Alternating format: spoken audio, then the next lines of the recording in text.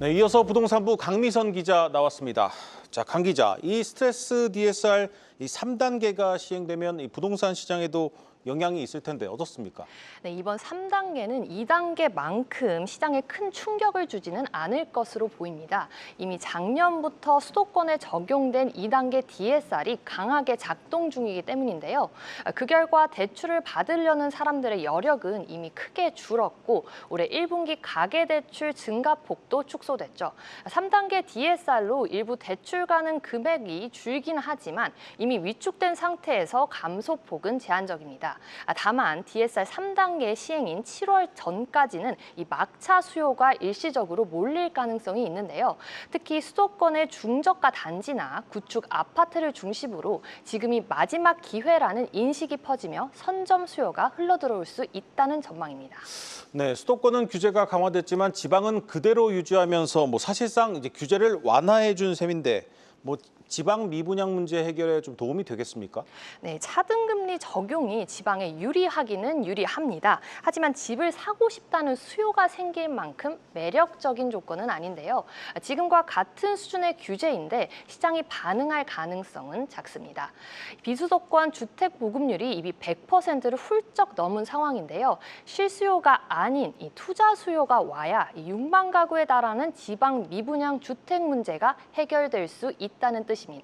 전문가들은 다주택자 양도세 중과 해제 등 세제 완화나 공급 조정 같은 강력한 정책 없이는 이 지방시장 회복은 어렵다고 진단을 하는데요. 즉 이번 조치는 상징적인 배려일 뿐 실효성이 낮다는 평가가 지배적입니다.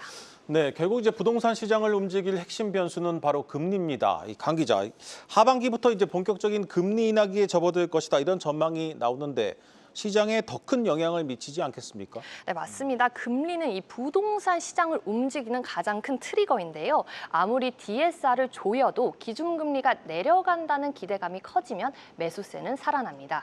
현재 기준금리는 2.75%로 유지되고 있지만 이미 시장은 인하 분위기입니다. 국민과 농협은행 등 시중은행은 일부 대출금리를 잇따라 내리고 있고요. 정부가 정한 DSR 금리만큼 대출 한도를 깎아도 결국 실수요자들의 구매 판단을 결정짓는 건 지금 이자가 싸냐는 최강 금리입니다. 네, 지금은 이제 시장이 부동산 대선을 앞두고 숨고르기를 하는 상황인데 그렇다면 하반기 부동산 시장 다시 한번 반등할 가능성도 있겠네요. 네, 우선 6월 대선 이후 규제 완화 기대감이 여전히 존재하고 있고요. 대선 이후 정부의 주택 공급 확대 기조, 또 방금 말씀드린 금리 인하 전망까지 맞물리면서 하반기에는 매수 심리가 점차 살아날 수 있다는 분석도 나옵니다. 또 금리가 떨어지면 실수요자들이 지금 아니면 늦는다는 판단으로 실수요가 매매로 옮겨붙을 수도 있습니다. 이것이 곧 거래 회복에서 가격 반등이라는 흐름으로 이어질 가능성이 있는데요. 한마디로 하반기 시장을 움직일 수 있는 변수는 DSR 규제보다는 금리, 정책, 그리고 심리라는 세 가지 요소가 될 전망입니다. 네, 잘 들었습니다. 부동산부 강미선 기자였습니다.